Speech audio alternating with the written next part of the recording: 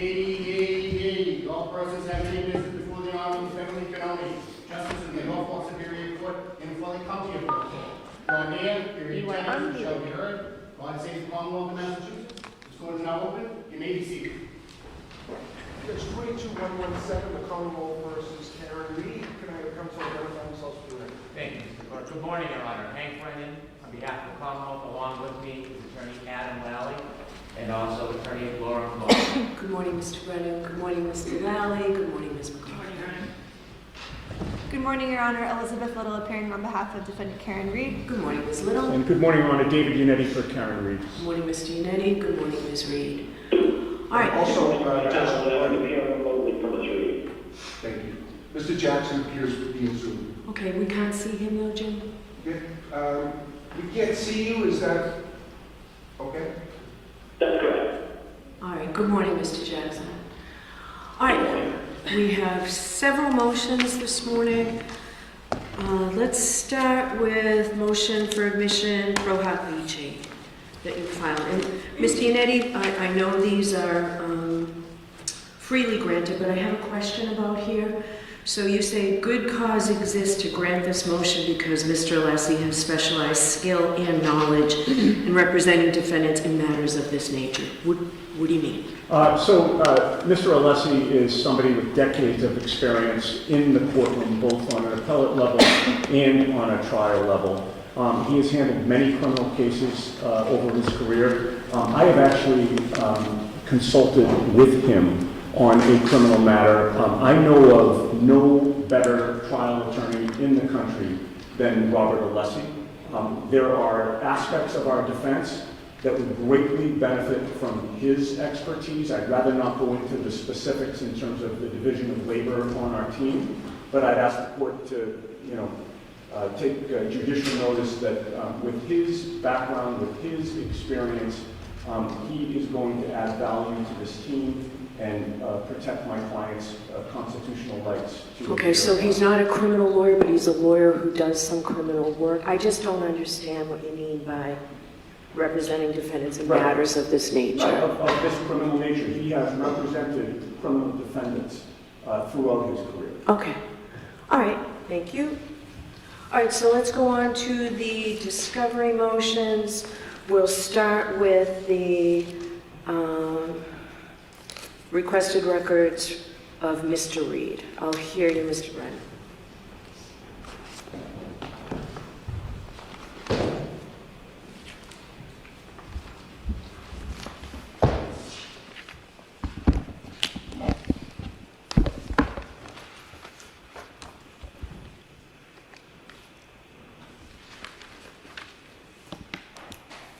The Commonwealth has filed a Rule 17 motion to obtain phone records from William Reed for a 24-hour period.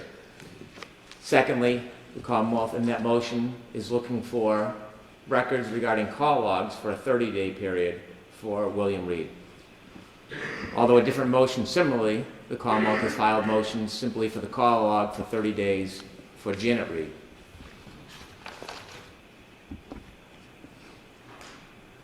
The Commonwealth has a burden with two of these charges, one being second-degree murder, to show the element of knowledge. It is the government's burden to show that Miss Reed knew she struck John O'Keefe.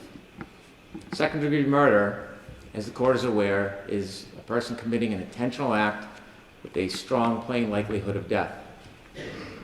In a second-degree murder charge, there are a number of different theories that a Commonwealth can progress. It could be an intention to hit somebody, or it could be that somebody intentionally drove, struck somebody, left them behind, and didn't render aid knowing that there's a strong potential likelihood of death. When Miss Reed knew that she struck John O'Keefe is a critical issue in this case. Simply because the government has significant evidence outside of phone records to support and to convince that Miss Reed knew she hit John O'Keefe when she did, the government's entitled to the full value of their proof. The records for 30 days, to begin with that aspect of William Reed's records. Miss Reed calls her father and her mother a little after 1 o'clock on the night she struck and killed John O'Keefe. She called both of them, and those calls were unanswered, according to the phone records. The inference that a 40-something-year-old woman is calling her parents at 1:30 in the morning after this tumultuous event, the inference is strong evidence that Miss Reed knew she had done something terrible. She knew she had struck John O'Keefe, and she knew that she had left him behind. The 30-day period is an attempt to protect the privacy rights of William and Janet Reed by not asking for the call, the text messages, not asking for SMS messages, not looking to forensically download the phone, just the call records, because I expect it will establish that there are no other calls in that 30-day period from Miss Reed to her parents at 1:30 in the morning. But can't you get that from Ms. Reed's phone? No. No. There were 2 search warrants from Miss Reed's phone. I can't read them. The search warrant that was attached that I have isn't clear, so I'll need clear copies of those search warrants. Those are provided by the defense. I can provide clear copies. The 2 search warrants from Miss Reed's phone are from a period of January 28, 6 p.m. to January 29th at 6 p.m. Okay. And the other one is January 28th, 9:30 to January 29th, 5:30. Okay. And so they're not in Miss Reed's records. I am not looking to see any of the other numbers that the family called, friends, family, whatever their purpose is. I'm not looking to even see it. I want to see and demonstrate there's an absence of phone calls between Miss Reed and her parents the 30 days prior to when she drove into John O'Keefe. Now, it would help the defense. They want to expand that to 6 months or a year. I'm agreeable. Because if there was phone calls at 1:30 in the morning, I would not argue the inference that it was remarkable. That would be an unfair inference. But in the absence of any other calls, it is terribly remarkable that she is panic calling her parents at 1:30 in the morning. And here's why it's important. The type of injury John O'Keefe suffered that led to his death was a type of injury that was treatable.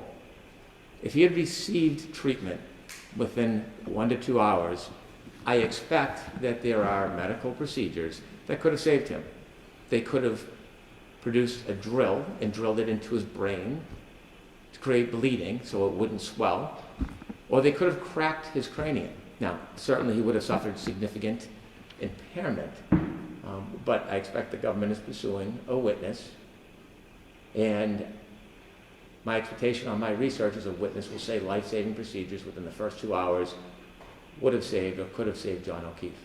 And so if Miss Reed knew within the first 2 hours that she hit him and that medical procedures could have saved his life, then this is relevant material to show her knowledge that something dramatic had happened. And that's why I want the 30 days. Only phone calls with her mother and father. Nothing else am I interested in. The second part is the 24-hour period with William Reed. The 24-hour phone records will show Mr. Reed's phone calls throughout that evening or that morning. And it's important because Mr. Reed had an opportunity to speak publicly, and he did so on Fox 25, which is the subject of another motion. And when he speaks to Fox 25, he gives what I see as an implied admission that his daughter told him that she had hit something. I think there's more to that story that will be explored at trial. The time of the phone calls to Miss Reed are important. They're reflected in her phone records in the morning that she speaks to her father while she's still in the back of a police car before she's brought to the hospital. In that discussion with Fox 25, the quote is, in your first discussions, my motion leaves off the S in discussion, but it's in the first discussions, what did she tell you? Mr. Reed asserts that she tells him about this implied confession at the hospital, which is after the actual first conversation. And so it will be important to be able to confront Mr. Reed, if necessary, with his own phone records. He can denounce or deny his daughter's phone records. He doesn't have to accept them as true. Also, in that first 24-hour period, it is important for the government to establish that Mr. Reed and only Mr. Reed controlled the phone. In the absence of a stipulation, this is proof that may be necessary at trial if Mr. Reed takes the position that other people had access to his phone. That first conversation where she admits that she struck something, i.e. Mr. O'Keefe, is critical to the government's case. And so we cannot rely just on Ms. Reed's phone for a couple of reasons. Number one, phone records often show different communications. Sometimes calls or hang-ups don't register on a phone, and so they could be different. Secondly, I've learned that Ms. Reed's phone was sent to a taint team, and the Commonwealth does not and should not know what, if anything, was redacted from Ms. Reed's records.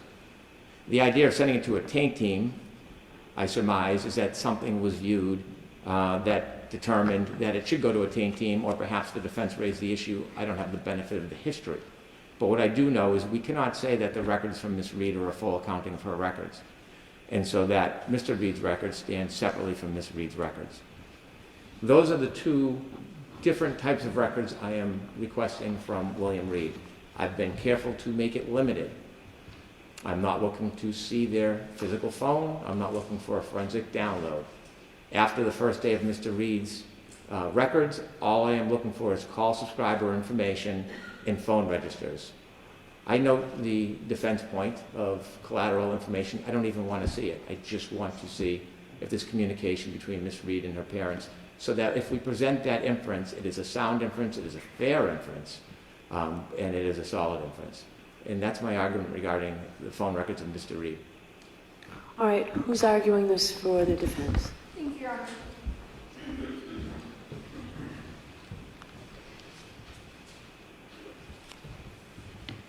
Your Honor, the defense requests that the Commonwealth's Rule 17 motion seeking Ms. Reed's father's private cell phone information be denied. The Commonwealth is seeking 3 categories of information for Mr. Reed's cell phone: his private subscriber information, all call records, call detail records, SMS, MMS, and all data use records from January 29th and January 30th, 2022. And finally, all call detail records for an entire month-long period spanning December 30th, 2021 until January 30th, 2022. Your Honor, we are 3 years into this litigation, and the Commonwealth is now seeking to invade Mr. Reed's privacy under the guise that it's seeking communications between Mr. Reed and his daughter. But the Commonwealth already has a record of all of the communications between Mr. Reed and his daughter on January 29th, from not one, but 2 separate sources. The Commonwealth is in possession of Ms. Reed's cell phone. It's also in possession of Ms. Reed's Verizon records. The Commonwealth is asking this court to sanction this gross invasion of her father's privacy, so that the Commonwealth can sift through Mr. Reed's electronic data for information that is already in the possession of the Commonwealth. Now, I know Mr. Brennan says, I'm not interested in seeing anything else. But the problem is, that's not what his motion says, right? He's asking for every single call, regardless of recipient, for a month-long period. William Reed has never been called by the Commonwealth to testify as a witness in this case. So this is a new trial, right? So that doesn't Right. prohibit the Commonwealth from calling him. I understand, Your Honor. Okay. He wasn't present at 34 Fairview. He wasn't present at CF McCarthy's. And he wasn't present at the waterfall on January 29th, 2022. And I would note that this court has repeatedly emphasized the importance of privacy concerns when it comes to an individual's cell phone, using that as a basis to deny the defendant's motions to obtain cell phone records from parties who were present that night.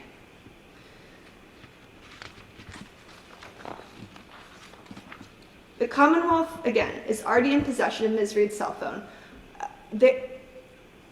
That has been reviewed by both a special master as well as the court, and the court is well aware that the Commonwealth has a full copy of those communications. And what's important is that those call logs confirm that Ms. Reed did not make any calls to her father on January 29th until after she discovered Mr. O'Keefe lying incapacitated on Brian Albert's front lawn. And I've attached a copy of those records to our motion. It's quite clear. There was one call to her father on the morning of January 29th. That was at 6:32 a.m. The Commonwealth has a copy of those records. It's in their possession. And as this court knows, Lampron explicitly requires that any Rule 17 motion must be accompanied by an affidavit containing a factual showing that all 4 elements of Lampron were met. Here, the Commonwealth has failed to meet its burden to meet even a single prong of that 4-part test.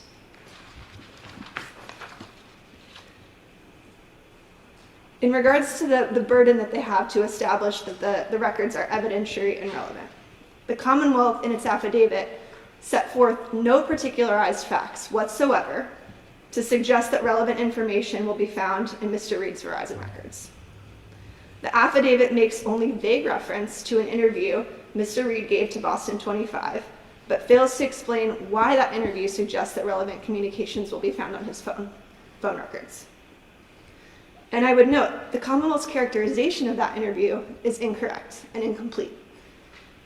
I submitted additional reporting from Boston 25, which is the news organization that published a portion of that interview. And it's quite clear that Mr. Reed goes on to state during that interview that what he's referring to when his daughter said, "I believe I hit something," was the Chevy Traverse, which the court knows. We have a video of her hitting a Chevy Traverse that morning. The Commonwealth is already in possession of Ms. Reed's communications from January 29th. Those were included in the Commonwealth's motion itself. And the Commonwealth has failed to explain why it believes additional relevant communications will be found in the call detail and text records. That was not included in the affidavit. The Commonwealth states they expect to substantively admit the phone records between Ms. Reed and her father to prove that the 6:32 a.m. call took place. But they can do that with the phone records that they already have. Just because they have records from Verizon, that doesn't establish who answered the phone. That's not something that they're going to get from Verizon. The Commonwealth is well aware of that fact because they have Ms. Reed's cell phone and her Verizon records, so they can confirm that there's only one call on the morning of January 29th. The Commonwealth has provided no factual basis whatsoever to suggest that there are relevant communications that will be found on January 30th, the day after this incident. And the Commonwealth also requests that Ms. Reed's phone records for the full month preceding January 29, 2022 is necessary to show that it would be unusual for Karen to have called her father. And the Commonwealth did a kind of funny thing, right? They suggested during their arguments that she called both parents in the middle of the night. That's not true. There was only one call to her father on January 29th, the morning of. It was at 6:32 a.m. So the frequency at which Ms. Reed calls her father's cell phone in the middle of the night has no relevance whatsoever. As to the second element of Lampron, here the Commonwealth's affidavit is facially deficient. It doesn't even reference this element or set forth any facts supporting that it's shown that the Commonwealth's records are not otherwise procurable reasonably in advance of trial. And the reason Mr. Brennan cannot in good faith make that statement under oath is because the Commonwealth is already in possession of these communications from 2 separate sources. Element 3 of Lampron was also not addressed in the Commonwealth's affidavit. It's facially deficient. The Commonwealth has failed to show that it cannot properly prepare for trial without the production of this evidence, and that the failure to obtain the evidence would unreasonably delay trial. Again, that's because the Commonwealth is already in possession of the evidence that they're requesting. Finally, the Commonwealth has also failed to show that this request is made in good faith and is not a fishing expedition. In its affidavit, the Commonwealth briefly addresses the 4th element of Lampron, but writes only, quote, "The Commonwealth's motion is not a fishing expedition, as it is evidence from the defendant's phone records that phone calls between defendant and Mr. Reed were made sometime after defendant struck the victim and before the victim was found." Your Honor, that statement is provably false. Ms. Reed's phone records established conclusively that she did not call her father on January 29th until 6:32 a.m., after she found her boyfriend incapacitated on Brian Albert's front lawn. Therefore, the requested records should not be turned over to the Commonwealth. This is a broad request to review a month's worth of Mr. Reed's private cell phone information and all of his data usage information from January 29th and January 30th. This is a fishing expedition, plain and simple. The Commonwealth isn't asking for the records it already has. It doesn't need a 3rd copy of them. What it's looking to do is sift through Mr. Reed's personal cell phone information on January 29th to see if it can find data usage information, location information, text messages with other individuals, and that is a completely inappropriate use of Rule 17. This unsupported request is overbroad and must be denied. Thank you. All right, thank you. Did you want to respond in any way, Mr. Brennan, or move on? Very briefly. Okay.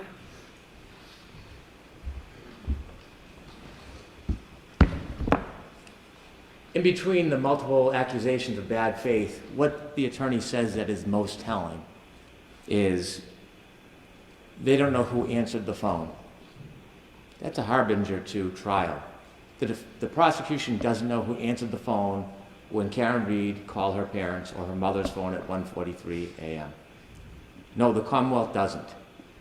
And so we have to prepare that when Mr. Reed takes the stand, we have phone records demonstrating all of his phone calls and that he had control of that phone, so there can't be a suggestion somebody else was handling the phone. Or, on the other hand, if the position is going to be that Janet Reed answered the phone, the father's phone, or that William Reed answered the mother's phone, then we'll call both witnesses at trial and we'll sort it out. But it is that very nature of suggesting confusion or uncertainty that the government is obligated to try to prevent at trial. And we're being diligent, we're being studious, and we're going to be prepared. And these records will help us do that. That is the exact point and reason why we need these records. Thank you. All right, did you want to respond at all, Ms. Little? Well, I think the Commonwealth actually brought up the issue of, it tried to basically say, I need the Verizon records because Karen's phone records don't establish that Mr. Reed answered the phone. But all I'm saying is that neither do the Verizon records. So there is no additional information that the Commonwealth is going to obtain by digging through Mr. Reed's private cell phone information. Okay. All right, so we sort of overlapped a little bit with Mrs. Reed, Janet Reed's records. Do you want to be heard further on that, Mr. Brennan? No, I believe the court understands my argument unless the court has any questions for me. I don't, but thank you. Ms. Little, is there anything specific to Mrs. Reed that you want to address? Yes, Your Honor. Again, I just emphasize that the affidavit in support of their request for Ms. Reed's phone records is plainly insufficient. They haven't addressed numerous elements of land prime. That alone is a basis to deny their request, and it's not permissive. It's mandatory that the court deny the request. Land prime is very clear. If you don't meet a factual showing in the affidavit in support of your Rule 17 motion, then the motion must be denied. 3 of the elements were not even addressed in that motion. So on that basis, we request that the court deny the motion. Okay, thank you. All right, so we will move along now. Both of those are under advisement. We'll move along now to it's paper number 405, Commonwealth's renewed motion for all audio recordings, notes, emails, text messages, voicemails, and the possession of Gretchen Voss and or Metro Corp. I do have an opposition that I received this morning in an affidavit from Robert Birch, attorney Robert Birch, who I think is present in court. So, Jim, did he file an appearance too? He has previously filed an appearance. And we'll use that in this case as well.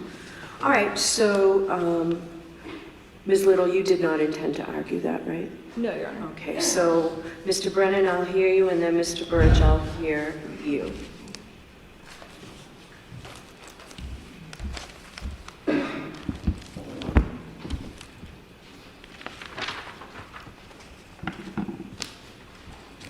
The Commonwealth has filed a motion to reconsider in part, and in addition, there is a request for information that was not requested before by the Commonwealth. Your Honor made a ruling in the past to turn over portions of the materials, and in that ruling, it invited the Commonwealth after review to renew or reconsider the motion or the assent of the motion. I've had an opportunity to listen to the hearing. I've had an opportunity to review all of the pleadings relative to the Boston Magazine and Ms. Voss information. And I've had the benefit of observing numerous other statements that have been made by Ms. Reed publicly. and have been able to contrast and compare the statements made to Ms. Voss as well as the statements made to a number of other media organizations, including Dateline, 2020, Vanity Fair. And after a review of all those materials, it is clear that there is significant materials that were not turned over to the Commonwealth that are relevant material and substantive evidence in this case. In listening to the past hearing, the position of Boston Magazine was that almost everything was entirely on record and that there were a few interchanges by the attorneys. Not only did I have an opportunity to read the Boston Magazine article and listen to the interviews, but I had them transcribed, have a copy for the court if the court pleases. Yeah, that would be helpful. And there were two different interviews that were turned over. One was represented at the last hearing, that it was 4 hours long. The Commonwealth received 3 hours and 19 minutes. It's missing, not a little bit, a significant portion of that hearing, 40 minutes. The second interview was represented in the audio recording of court that I listened to as a 2-hour interview. The Commonwealth received merely 19 minutes. So the majority of that interview was not provided. And so there wasn't just a few redactions, they were significant. In addition, which is notable, and you can glean this from the transcripts, is that there wasn't just a few interruptions. Mr. Yannetti is noted on the transcript 37 times, Attorney Little 33 times, and Attorney Jackson 33 times. And so there are significant interruptions and redactions in both recordings. These redactions in the recordings are important. One thing that stands out when you actually listen to the interviews and you look at the transcripts is that many times during the attorney's interruptions, there's a redaction, and then when the conversation resumes, there is a change, sometimes subtle, sometimes not so. There is a change in the statement by Ms. Reed. And so it is clear that there is an inference that in those redacted portions, there is conversation or consultation or discussion happening that changes the direction and sometimes the content of Ms. Reed's statements. That bears directly on the credibility of the witness. Because be mindful, all of her statements are admissible. All of them. They're all substantive evidence. There's no hearsay. There's no limitation. They are statements of a defendant. They're material and relevant, and the Commonwealth is free to use any and all of them at their discretion. And so it's not only what she says in the interview, it is what is missing in the redactions. Now, certainly, there may be discussions in those redactions that involve her attorneys and Ms. Voss. But none of that is protected. None of that is protected. A defendant enjoys many privileges, but when an accused decides to cast aside their privileges, they don't get to add their own layer of protection. There's absolutely no basis in our jurisprudence for a defendant to be able to do that. They enjoy a Fifth Amendment privilege as they should. A defendant is presumed innocent. But when they cast it aside, it's at their own peril. They have an attorney-client privilege. But when they obviate the attorney-client privilege by speaking in front of a third party that's not part of the prosecution team, that privilege no longer exists. It dies. And there is no reporter privilege in Massachusetts. And so what has happened in this interview is that we have 3 attorneys, a defendant, and a reporter having a free reign of interview, and then later deciding what parts of the interview they want the public to hear, what parts of the interview they want the Commonwealth to have possession of. They don't have, respectfully, that choice or that power or that discretion. They can contract with each other, have their own side agreements and what they want about on and off the record, but it doesn't bind the Commonwealth. It never has, it never will. We don't agree to it. And so what we have is many instances and examples where those redacted portions are critical to understanding why the story at times changes after the redactions. And so I think of it this way. If Ms. Voss was called to testify by the Commonwealth at trial, and we have her on the stand, and I was to say to her, I've received your recordings and your redactions, and I've read your article, Ms. Voss. I want to ask you about the conversation after Ms. Reed talks about sipping drinks at the waterfall, and it's redacted. I want you to tell me what she said. There could be no objection for the defense that there's a private agreement. There could be no objection from the defense that somehow it's privileged. She would have to answer the question, this is what Karen Reed told me. So to suggest that pre-trial, somehow they can have this protection that doesn't exist in reality in the law, to protect statements that the defendant or their attorneys made that they don't want the Commonwealth to learn about, is just wishful thinking. That's all it is. And, you know, I'm not oblivious to the fact that there are a number of statements that are made that are redacted to Ms. Voss where the defense attorneys are present in the room. There is no attorney-client privilege at that point. There's none. Arguably, all three of the attorneys are witnesses as well. Now, Commonwealth is not heavy-handed. The Commonwealth does not want to disrupt the defense team. The Commonwealth does not want to delay this trial. The Commonwealth does not want to put an attorney in an uncomfortable position. But they're all witnesses to a substantive statement, many of them admissions of guilt, contradictions, all of them, in the most respectful way to pursue those, the strongest way, the fairest way to pursue those, with moderation, is to get them from Emily Voss in the interview that exists. Now, in the pleadings, I received the response this morning. I didn't get to read the entire thing. I have no objection to it. But I did listen to the hearing. And it strikes me that the argument of the newspaper company was primarily based on two propositions. Number one, Commonwealth versus Doe, promulgation, those cases, when you read them, deal with confidential informants. Not confidential information or what someone wants to be confidential. It's not even confidential.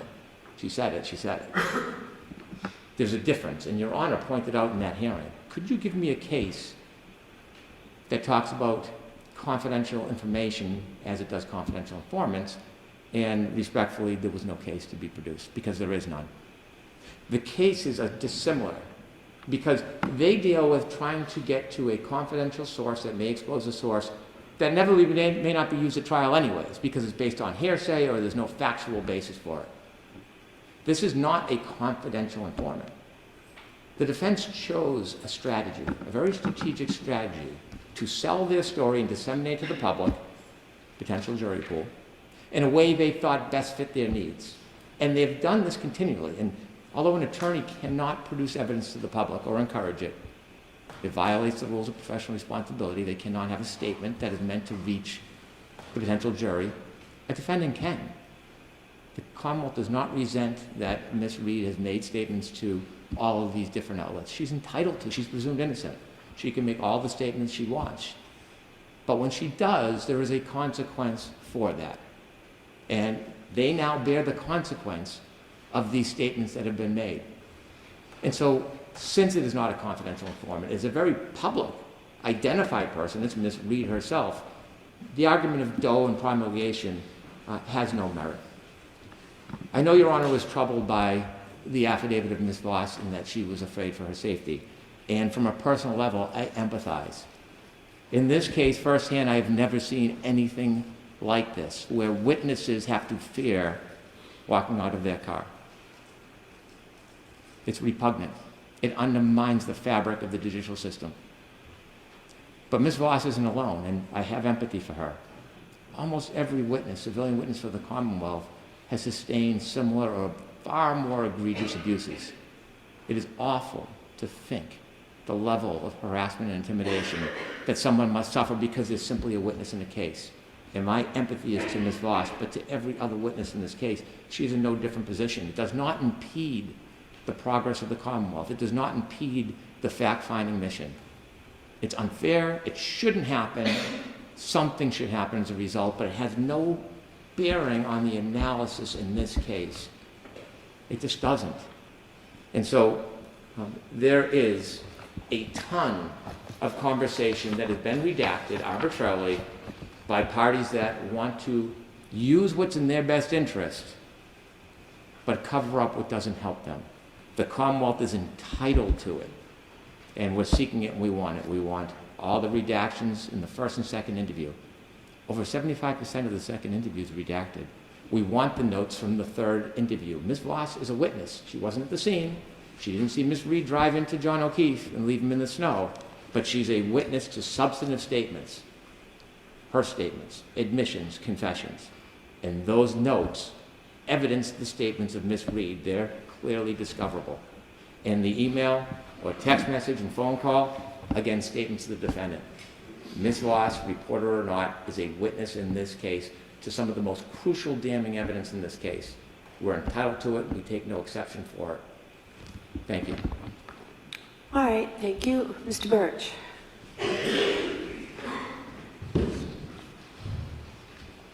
Thank you, Your Honor. Robert Birchie for Metro Court and Gretchen Voss.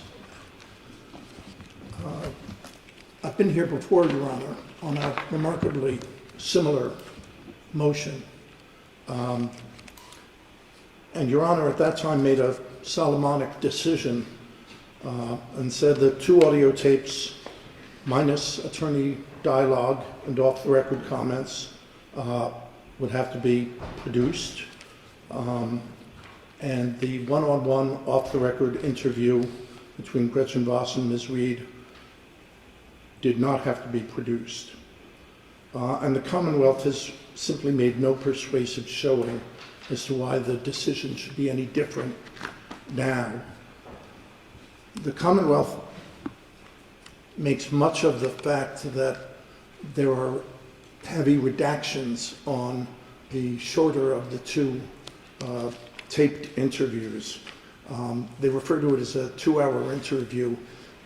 Actually, it was a 1-hour interview according to the affidavit of Gretchen Voss, which had been submitted with our original opposition to the first motion. So it wasn't quite as lopsided as counsel is intimating.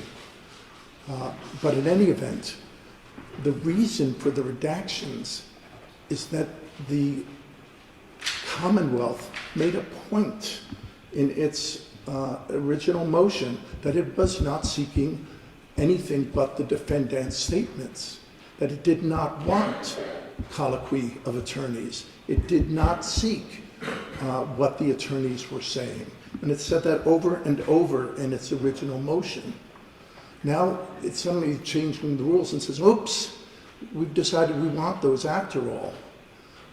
Didn't I leave that open for them, though?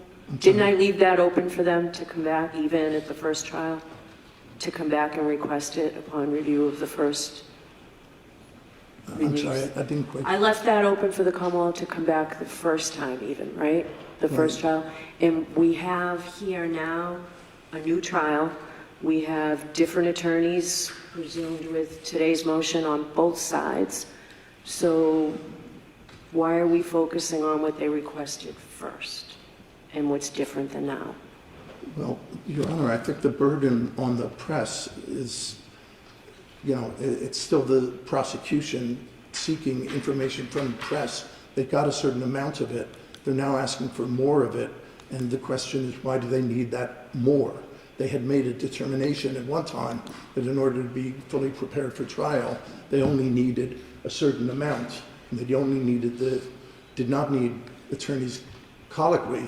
And now they're saying the attorney's colloquy is central to what they need. They can't have it both ways. Okay, go ahead.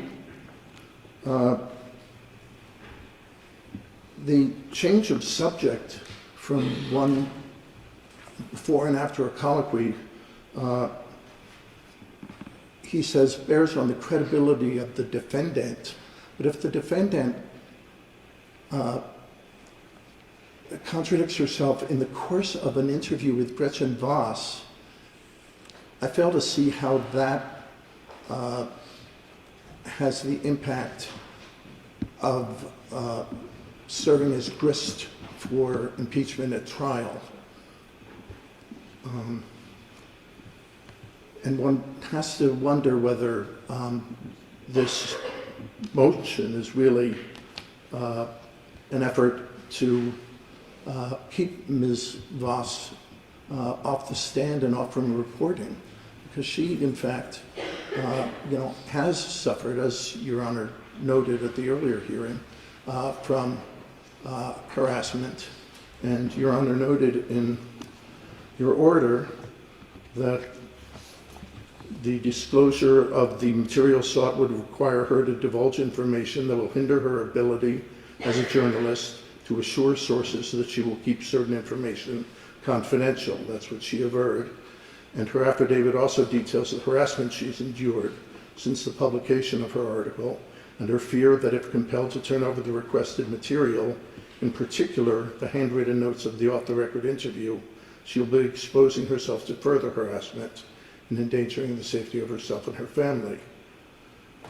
And Your Honor wrote, given the extraordinary public attention and scrutiny given to this case, and her fears for her own safety and that of her family are no doubt warranted.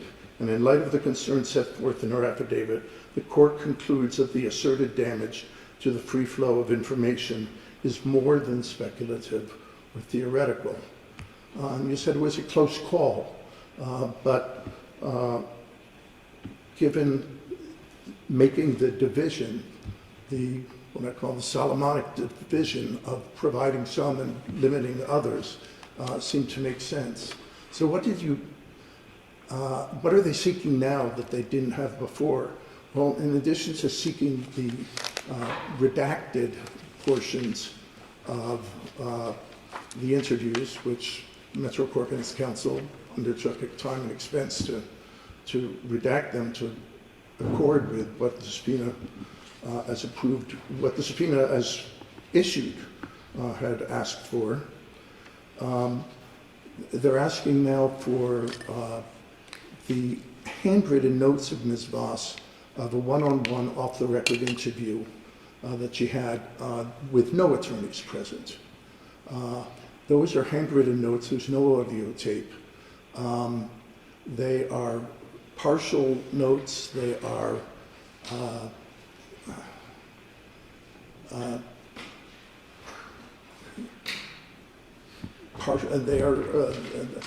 they're phrases. They're not complete thoughts.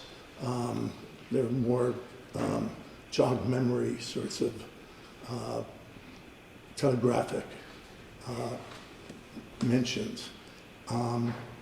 So it seems likely that if required to turn over these notes, which essentially represent the work product of the journalist and her personality as expressed in her, what she takes from the interview, if forced to produce that, it's very likely the next step is that the Commonwealth is going to want to depose her or call her a trial in order to explain those notes and interpret them.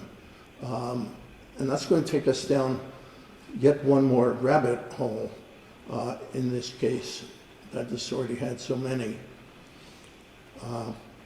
It would also have the effect, maybe the calculated effect, of preventing Ms. Voss from covering the trial, because if she is called to witness, she is not permitted to sit in the courtroom for the proceedings. So she did attend the last trial, right? She did, because on a she daily was not basis. on the witness list. Right, on a daily basis? I believe so, yes. Okay. Every day? Yes. Okay, thank you. And that was Ms. Voss who just responded to you? I'm sorry. That was Ms. Voss who just responded to you, yes, correct? Yes. Okay, thank you. And finally, the Commonwealth asks for the first time, for texts between Ms. Reed and Ms. Voss. And we do have texts. They are, the manner in which they get forwarded from an iPhone is that they come out without the name of the speaker. You can sort of guess at the name of the speaker, but you don't see the name of the speaker. You also don't see the date and time of the communication. I'd ask that we're willing to turn those over. They were not off the record. But I ask that we be able to turn them over in that form, which is the form we have them in, rather than go to whatever expense and trouble to replicate a different format. Okay, And that's all I have, Your Honor. all right. Thank you very much. Mr. Brennan, I'll give you a chance to respond, but I do have a question for you based on Mr. Birch's opposition. If you've got the opposition with you, Mr. Brennan? I have a copy, Your Honor. Okay.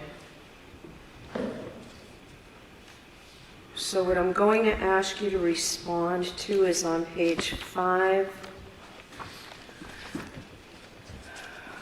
First full paragraph, the paragraph begins that this litigation, but the sentence is, in other words, the Commonwealth says it needs more audio because the redacted audio provided thus far either contains no damaging admissions by Reed or reveals that she was not entirely forthright in her unsworn press interviews with Voss.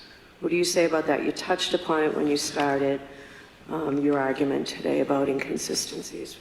What's your argument to that specific? Having received this morning, having not had an opportunity to read it, could I just have one moment to read it in context? Sure. Thank you.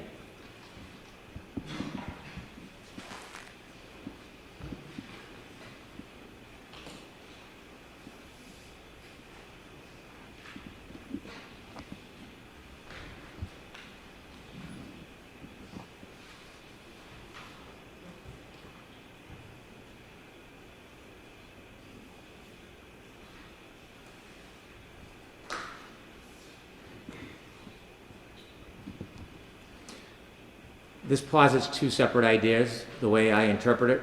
The first is the Commonwealth says it needs more audio because the redacted audio provided thus far either contains no damaging omissions by Reed. The audio provided thus far contains many damaging admissions to Reed. In her first interview with Gretchen Voss, she talks about when she dropped John off and where she dropped him off. It's noticeable in many, many interviews the story changes. But at one point she has them going to the side door of the house. In fact, in 3 of the interviews, he's going to the side door of the house. In a further interview, she says he went to the front door of the house. It's not subtle. There's a reason. The stories and the versions given by Ms. Reed evolve in time. Coincidentally, they evolve sometimes with the production of Discovery. And so I am not suggesting for a second that there are no damaging statements by Ms. Reed. In fact, there are confessions, there are admissions, and there are contradictions based on later statements given. And so all I can simply say is that is not the Commonwealth's position. That is stated wrongly. Also, or it reveals that she was not entirely forthright in her unsworn press interviews with Voss. Well, we're entitled to take her statements with Ms. Voss and compare them to all the other statements she made. 2020, Vanity Fair, Dateline, and others. And so the question isn't whether her statement to Voss or Ms. Voss is accurate. It is in comparison to other statements. Is it accurate? And we know that it's not. There are many instances where she has given different statements between versions. Also internally, in Ms. Voss's interview, as I mentioned, there's statements, redaction, a return, and a different statement. For example, she was only sipping at the waterfall, which would suggest further drinking. And then after a redaction and interruption, she's sipping water at the waterfall, as incredulous as that may be. And so clearly something happened during that redaction that changed the admission to drinking alcohol, which is part of this case, to something of water. And so I think that the claim in this motion really has no relevance to the analysis. It's not on point. The reason I said there was a 2-hour interview, and I'll accept that I'm wrong, is when I listened to the FTR tape, counsel respectfully said it was a 2-hour interview. and that's where I got my information from, not Ms. Voss's affidavit. So it may have been a 1-hour interview, which still leaves us with 1/3 of the interview, 2/3 redacted. That is significant. The Commonwealth comes back, we're entitled to come back when we want, if we have a good faith basis and if the court invites us. We come back now after I've had a chance to actually listen to 4 hours of interview, or you add them up, 3 hours and 40 minutes of interview. I've studied them, I've listened to them many times. I've ordered transcripts, I've perused the transcripts, I've compared the two. I've compared them to all the other statements, so time has now made these much more relevant than they maybe initially thought. I can't speak for the Commonwealth at that point. We're entitled to the full force of our proof. We don't have to just take some. We don't have to take a fraction. Just because it's inconvenient or uncomfortable for parties, the government is entitled to the full force of their proof. In representing the people of this Commonwealth, I am pursuing the full force of our proof in every aspect, because we're entitled to it. It is notable in the FTR hearing that counsel for Ms. Voss and for the publication said that the third interview they discussed, and the parties, meaning the defense attorneys, the defendant, the defense attorney, the defendant, and Ms. Voss could decide to use that material. It wasn't that it was precluded or no one could ever see it. It's only if it helped them. And so he said that they agreed that if they wanted to, they could use that material. They just decided not to.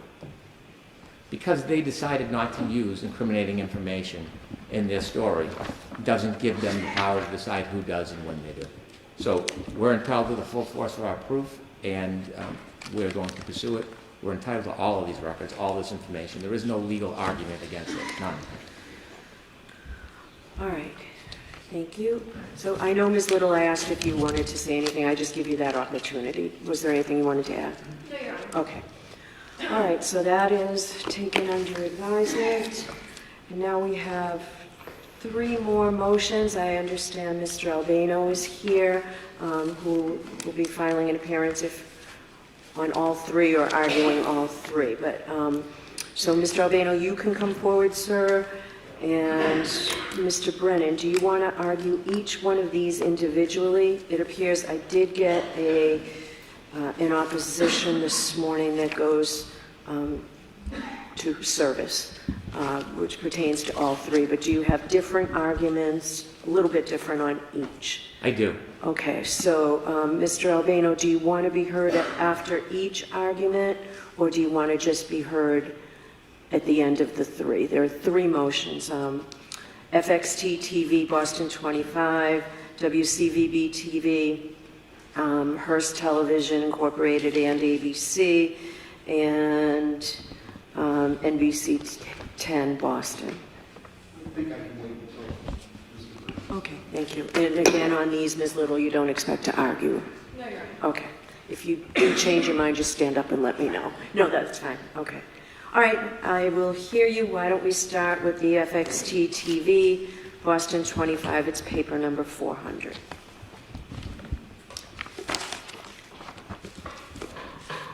As has been discussed, Fox 25 and its employees conducted an interview of William and Janet Reed. I've quoted on subsection 5 some of the language from that interview. And during my quote, it says, during your first discussion with Karen. It should say, during your first discussions with Karen. There's an S left off. Nevertheless, during your first discussions with Karen, did you believe she may have hit John? Did she believe? Yes. Okay, I thought you said, did you believe? Then I misspoke. My apologies. Did she believe she may have hit John? William Reed responded, no, she felt she struck something. She said, Dad, I think I struck something. I said, what do you mean, right? This was in the hospital, right? She says, I remember, all right, backing up and hitting something. I've had the benefit of at least looking at the phone records that are available for Karen Reed and seeing there was a phone conversation that morning to William Reed's phone. That phone conversation is before Karen Reed is admitted to the hospital. And so it is, by inference, in the back of a police car at the scene. Now, there's some ambiguity during your first discussions. The operative word, as I see it, is first. It is a particularly remarkable statement to make that in the throes of realizing the great tragedy that's unfolding with John O'Keefe lying in the snow dying, that the comment of thinking that they hit, supposedly now, another car in a driveway hours earlier would be the topic of conversation at that point. There is not a fair inference that that would be the subject matter. It is not a fair conclusion that a person would be so fixated on a mere nudging of another car that caused no damage hours earlier when we're dealing with the potential loss of life. And so I think it is reasonable to infer that that was actually not the complete statement. The conversation lasted on that morning for over a minute, and there was certainly conversations after. And so the defendant's father has, as he's entitled to, utilized media to try to sell a story to help his daughter. And during that airing, it is clear and obvious that not the entire conversation with William Reed has been provided. During these stories, oftentimes there is summaries to progress the episode much quicker. And so all of his statements, which may not be a lot, but all the statements to that employee of Fox 25 who did the interview should be discoverable so that this statement can be put into context. Some of the doctrine of completeness. We should know what the entirety of the conversation interview was so that we can assess this statement and draw the proper inferences from it. It is expected that William Reed very likely will be a witness at trial. He will be asked about this conversation. He may be asked about what else he had said. It will be impossible at trial then to try to produce the other statements that he has made to this network or this employee. And so the Commonwealth, or anybody who would be questioning him, would be just simply left to the whim of his answer.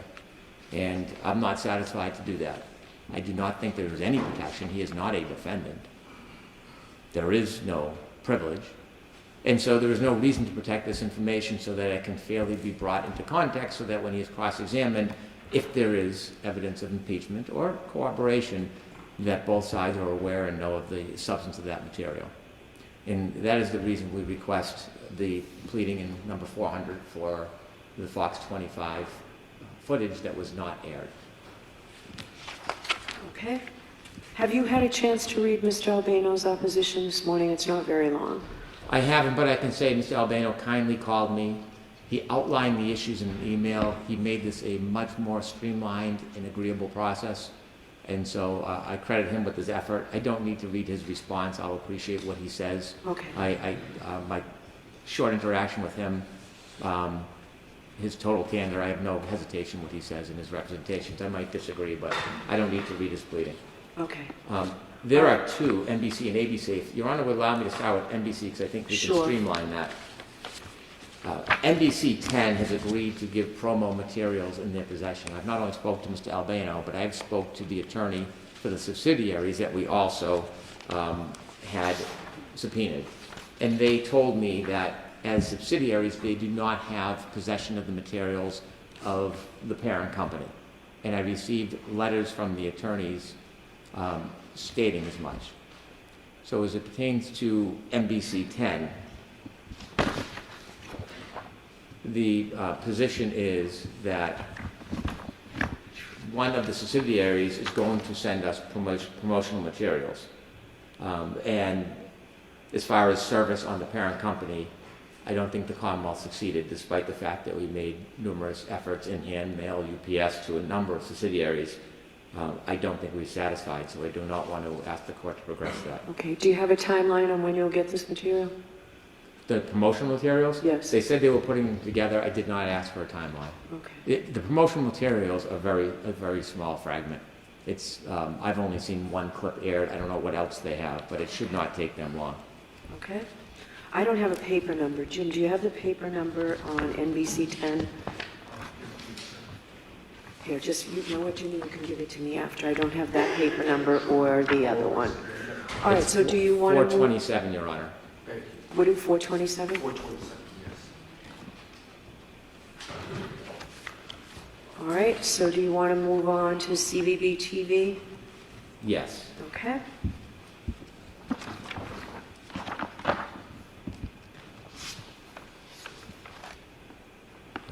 WCVB TV has been served, and they've notified that they're not in possession of the materials, have no control over the parent company, and they are not part of the company.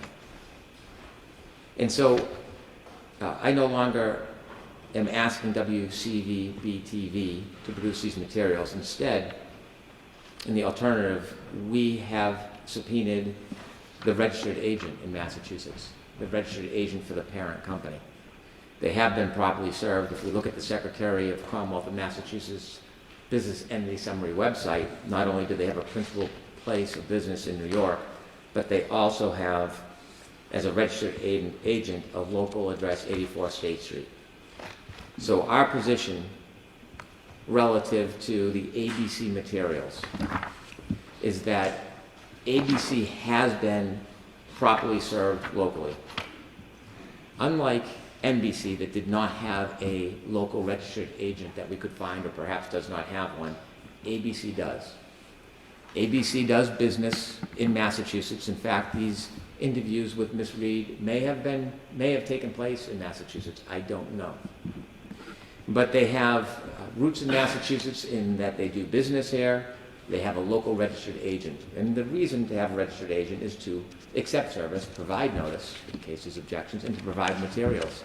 It is done routinely in civil cases when a registered agent is notified. They are then obligated to get materials even if the REM exists in a different place. Their position is that the REM exists in New York. That is irrelevant to the assessment in this case. To suggest that somehow the physical property being another jurisdiction is not in the control or purview of the local registered agent would just be enacting a shell game where local or companies could pick jurisdictions they find most favorable, do business in outside jurisdictions, and avoid the consequences of that. That, I don't believe, is how the law is set up. As a registered agent, they are the same as the company. They just have a local contact to accept all types of service, communications, and responsibility. And so our position on ABC as far as service is concerned is they've been served through the registered agent, and therefore whatever materials exist, regardless if they're in Massachusetts or in New York, they are required to obtain them and they're required to produce them. Okay, so Mr. Albano disagrees with you, and on the third page of his memo under paragraph 5, so I will give you the opportunity to read that. Okay. Under that fifth paragraph. Do you want to address the substance of your motion regarding ABC? I do. Much like other recorded statements, we see from the Nightline in the 2020 interviews, there are a number of public statements that Ms. Reed has made to a national audience that don't reconcile with other statements she has made at other times. I've given you the example of not knowing which door she supposedly saw John Keefe go into. There is differences in her stories and versions about where she was that night after she left the O'Keefe house. There is a number of examples where the different versions given contradict each other. And so although they're all substantive statements, they're all admissions and confessions, they still have a value in the fact that they contradict each other. And so the episode that is aired on 2020 and Nightline, you hear oftentimes the author of the story, not even the interviewer, the author saying, and we spoke to the person, and then this is what happened, and then they go to a clip of an actual interview. The summary by the author is not admissible. It can't be used substantively. It can't be used to impeach Ms. Reed should she testify. It is hearsay. It's inadmissible. And so these summaries have a genesis somewhere. There's a reason why the reporter is asking certain questions, or more importantly, the author is summarizing testimony, oftentimes inconsistent with other versions. And so that means that there is footage from which the author has gleaned this information. There's either footage or there's a conversation with Ms. Reed. And so those are statements, not unsimilar to or dissimilar to Ms. Voss interviewing here. Those are statements of a defendant which are substantive evidence for their full value. And so that footage we're entitled to see. There's nothing that should protect it. We should have the opportunity to review all of the statements and also put the ones in context that were broadcast to the nation. And that's the substance of why we want it. I'll have to take a moment to look Sure. at the response. Okay. Mr. Albano, we'll give him a couple of minutes just to read it. Sure.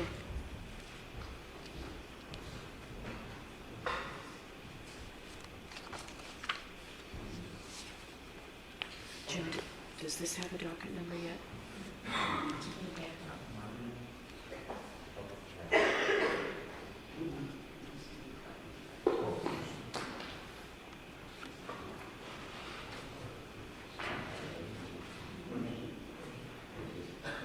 You want page 5? Paragraph 5, it's on page 3. The pages aren't numbered.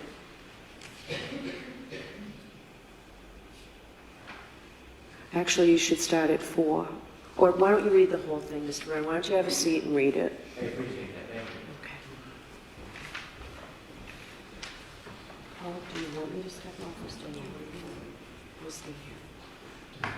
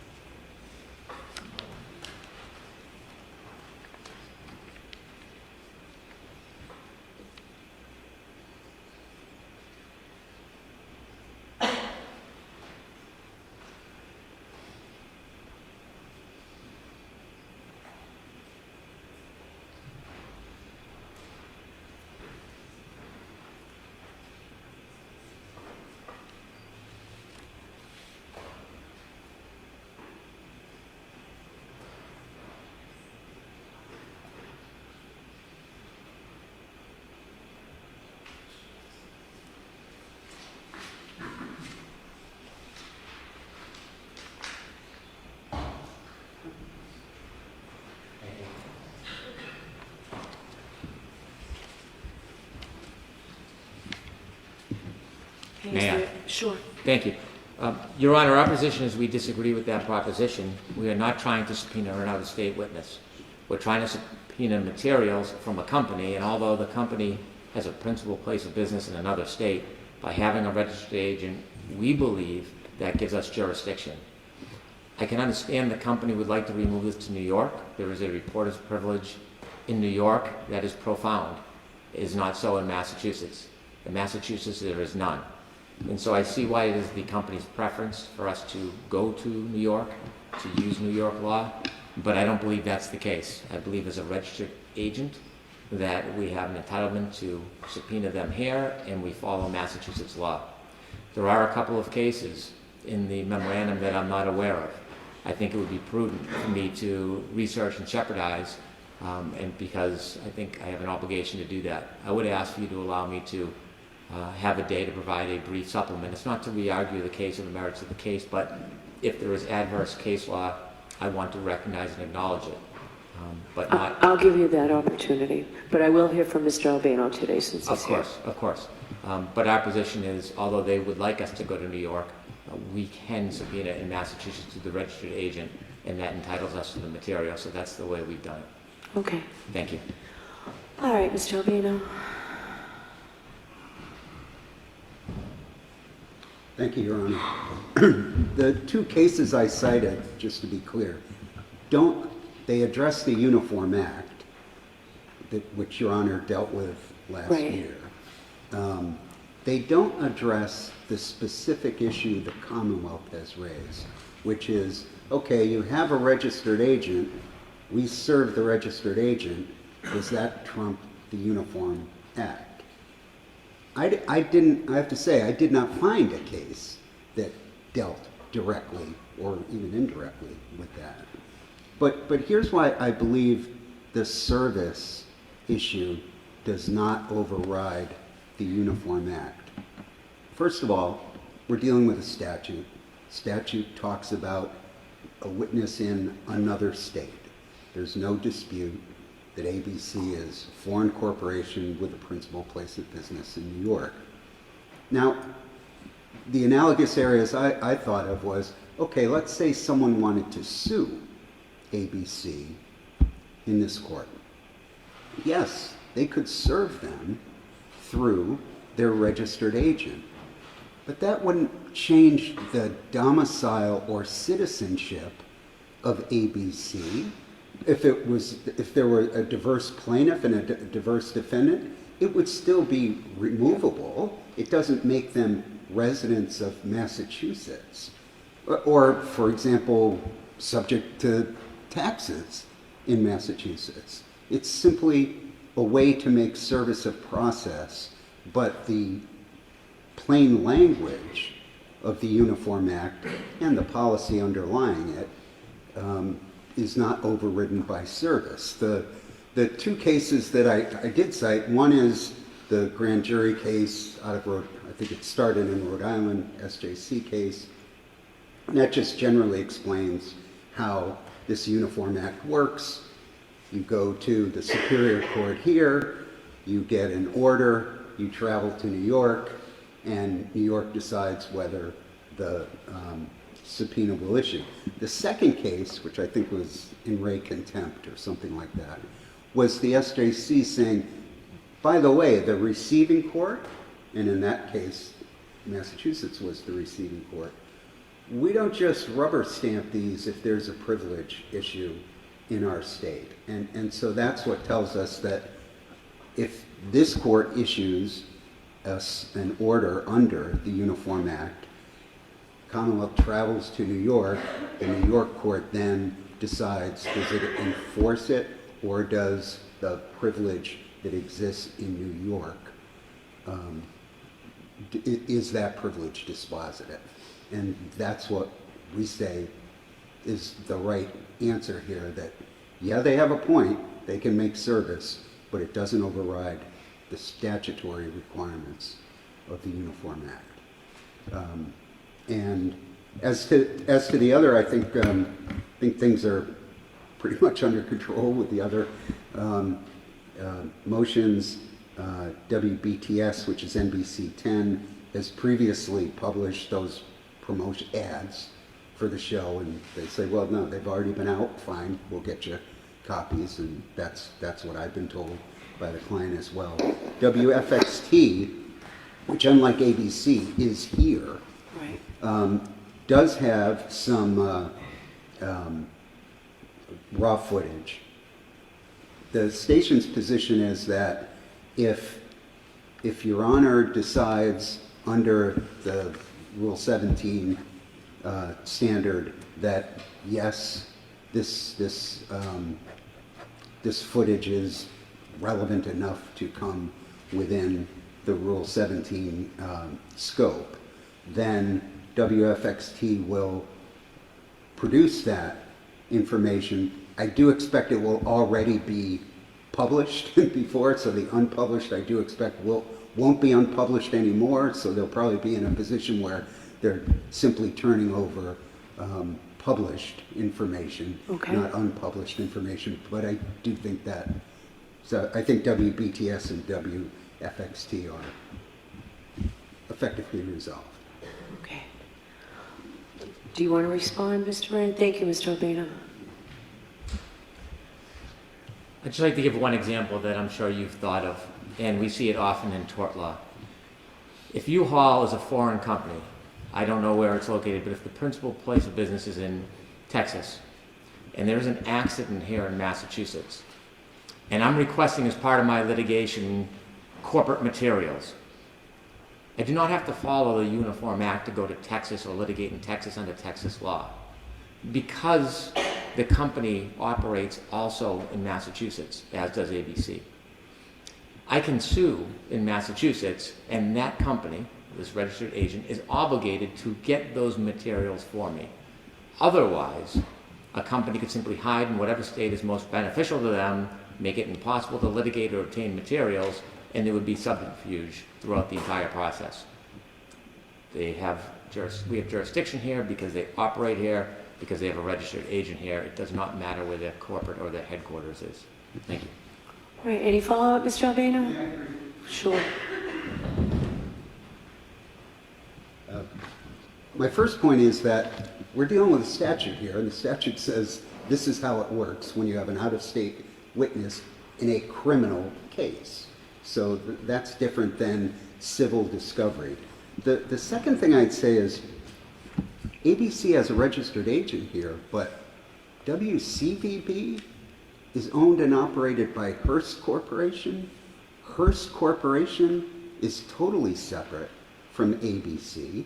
That's why neither of them could produce the documents in this case. So I just want to be clear that the presence of an ABC affiliate here, owned by an entirely separate company, Hearst, does not mean that ABC is here in Massachusetts. They're a foreign company that has an agent for service process. They don't have offices and the like here in Massachusetts. Are they doing business here in the sense of transmitting ABC News programs through affiliates? I don't argue that. What I'm arguing is there's not the service, the fact that they're subject to service does not override the requirements of the statute. Is there a distinction between obtaining records and obtaining a person's presence to testify? The SJC has said in the grand jury case, the first case I cited, that the same procedures apply for documents as for witnesses. Okay. Thank you. All right, thank you. So those are all the Rule 17 motions we have. Am I missing anything? Those are all the Rule 17 motions. Everything the Commonwealth has proposed. Thank you. All right, so we have some housekeeping matters that I just wanted to check on. I still have the motion to continue under advisement. I need to see how we progress for a bit. The Commonwealth's notice regarding the testing of the telematics system, where do we stand with that, Mr. Brennan? I know you had said you told them that, you know, Thanksgiving rather than Christmas to highlight big holidays, but where are we? I did, and if I could have had it done quicker, I would have got somebody else. I have spoken to my expert numerous times. He has coordinated with the defense expert. They are heading to Texas on December 2nd. Okay. On December 2nd, they're going to test all of the chips, and there's an SD card that we expect has information on it. And then they're both scheduled to travel back to Massachusetts for December 5th. Okay. And they're going to do what's called a chip-on, where they take the chips, the SD card, they reapply it to the boards, they put it back in the modules, and they put it in the actual car because there's different software which will give it even a more fulsome reading. And so after the December 5th event is done, I've asked my expert if I could have all results within a week. I have an uncertain response, promised to do his best, which really doesn't give a lot of meaning, but my hope is within 7 to 10 days. Okay, thank you. And I don't know, Ms. Little or Mr. Jackson, if you have the answer to this, the transcripts of the sidebar conferences. Ms. Little, do you have any scheduling idea on when those will be available? Yes, Your Honor, I do believe that Mr. Jackson had spoken with the court reporter and emailed the clerk's office with an update. It's going to be a little bit longer than initially expected. One of the reporters had sort of like a family emergency and needed some additional time.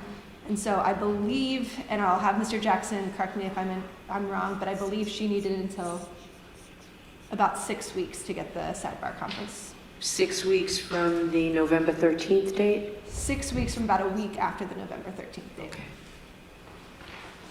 Thank you, Your Honor. Thank you. All right.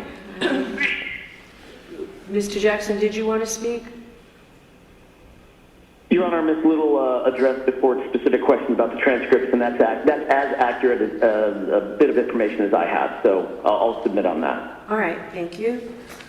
All right, that is it for today. The Commonwealth is going to file a response to the discovery of communications in the possession, custody, and control of the Commonwealth by 11/27, right?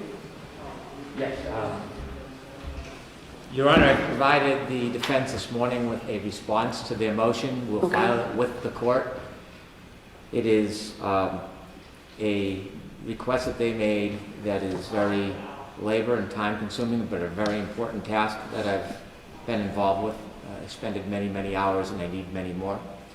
We do have, or I have produced, or I have a production that I'd like to produce to the defense. I've shown them a protective order this morning to see if they were agreeable. I do not want to speak for them. If there is a protective order, I can turn over the first production that I've produced, and there is more to come. All right, any objection to the protective order? I have not seen this document, obviously, nor the proposed order. Right. There are a couple of issues related to this motion in addition to the protective order that I'd like to address with the court that I've briefly discussed with Mr. Brennan. All right, I haven't read this yet, so I won't know what you're talking about, Mr. Bennett. So I believe you have read our motion, right? The motion that I read your motion, I haven't. Right, so it's just in relation to the motion, Judge. All right. So, Your Honor, generally speaking, we do not have an objection to a protective order as long as it is issued without prejudice, which I believe Mr. Brennan is in agreement with. All right, is there one here, or was there a proposed protective order? I have it right here, Your Honor. Thank Mr. Brennan provided this to us this morning. Yeah. So I have not reviewed that, Your Honor, but I'm asking that the contents be allowed to be shared with the entire defense team, including our attorneys, our interns, and our client. I don't believe Mr. Brennan has an objection to that, but that would be our request with regard to the protective order, with the understanding that we could come back before the court and revisit that if we deem it appropriate. Is there any objection to the sharing with the There's no defense team? objection to the parties they would like to share it with, and I understand it's without prejudice. Okay. Yes, and with regard to the motion itself, Your Honor, I had come prepared with an argument for the allowance of the motion. Given Mr. Brennan's, the work that he's done in terms of trying to gather this material and get it to us along with the protective order, I assume that there's no general objection to the motion, so I don't need to be heard in that regard, assuming the court would allow the motion. But I would raise an issue for the court, actually two issues. One is that we were informed this morning that Mr. Brennan has gone through Mr. Morrissey's cell phones. Apparently there is one work cell phone and one personal cell phone. Obviously the personal cell phone becomes relevant because he used the personal email address to make an ex parte communication with the court. One concern that we have is that we were told this morning that with regard to Mr. Morrissey's text messages, not the emails, but text messages, apparently they're somehow remarkably set to auto-delete after 30 days. That obviously raises some questions for us, maybe the subject of a future motion, but more immediately, the concern is every day that passes, we're losing text messages from 30 days prior. So, through today, I believe... They were preserved, Mr. Brennan? I've been preserving them since I started the task last week. I'll continue to preserve them. All right, so that... Yes, that deals with that issue. So the only remaining issue, Your Honor, is with regard to the searches that Mr. Brennan ordered conducted or conducted himself, he had searched for all emails sent from Michael Morrissey's iCloud personal email to any emails that had a JUD in the suffix of the email address. Okay.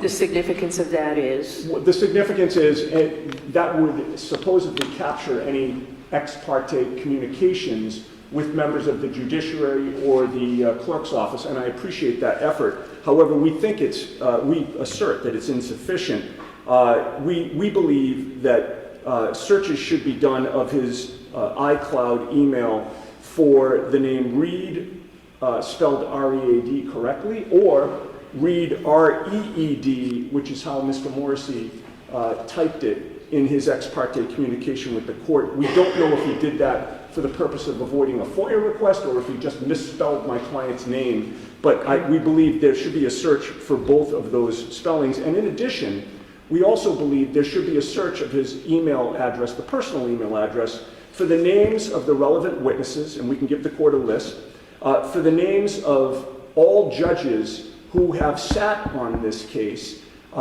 in terms of, is there an attempt to communicate with a judge on some type of personal email account, like he used a personal email account. And then also we believe there should be a search for any clerk's office employees for the same reason, both at Stoughton District Court where this case originated and this court as well.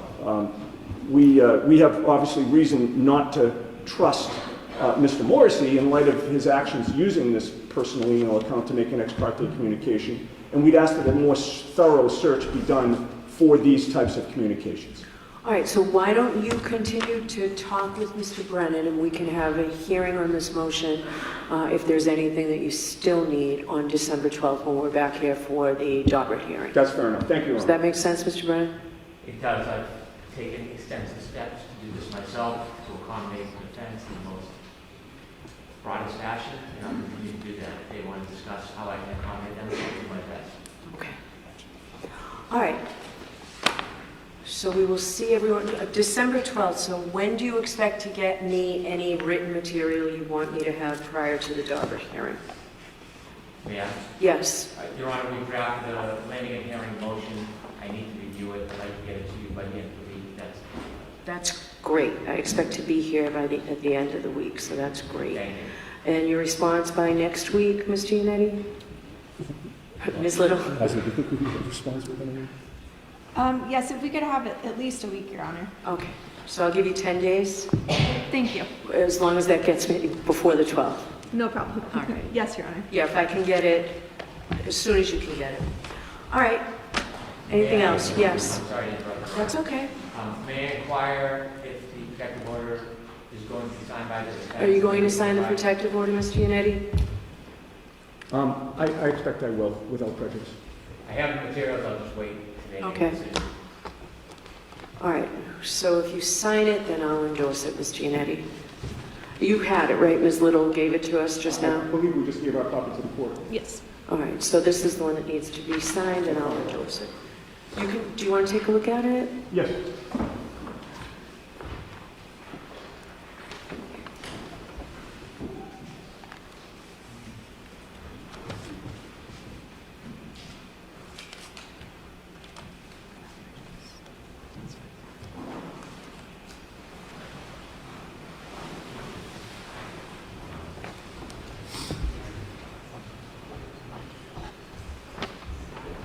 All set.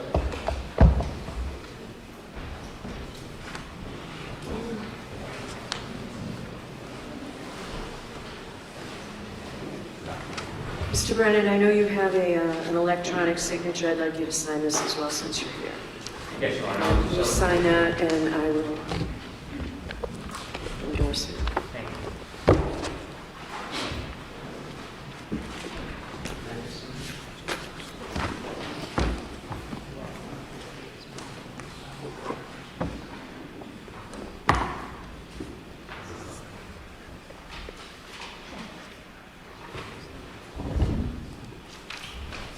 Okay. Anything else? No, thank you, Your Honor. No, thank you, Your Honor. All right, thank you, and I appreciate counsel and the third-party record holders coming in today. 12/12, 9 a.m. All rise for the court, please.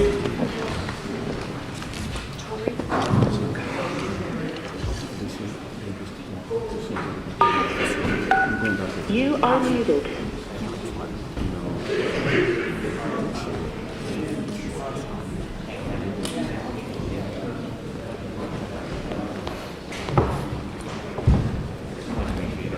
Goodbye.